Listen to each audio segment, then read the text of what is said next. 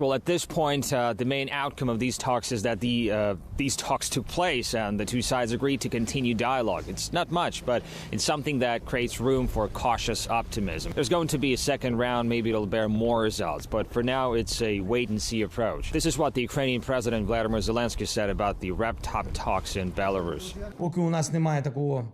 While we do not have the result we would like to see, Russia has stated its position, and we have voiced counterpoints to end the war. The U.S. State Department said it would discuss the first round of talks with the Ukrainians. Now, the members of the Russian delegation were also cautious, talking about the outcome of the meeting. The head of the Russian delegation reported to Vladimir Putin yesterday, and the Russian president already gave instructions so that the necessary work can be done before round two. Let's listen to what the Russian delegation said about the talks. Negotiations with the Ukrainian side have concluded. They lasted around 5 hours. During the talks, we went through all the details on the agenda, found some points on which common positions can be foreseen and, most importantly, agreed to continue the negotiation process. The next meeting will take place in the coming days on the Poland-Belarus border. Well, as the two sides negotiate, the military situation on the ground remains tense. Kiev accuses Russian troops of shelling residential areas and cities across Ukraine. Moscow says it specifically instructed its military not to do so.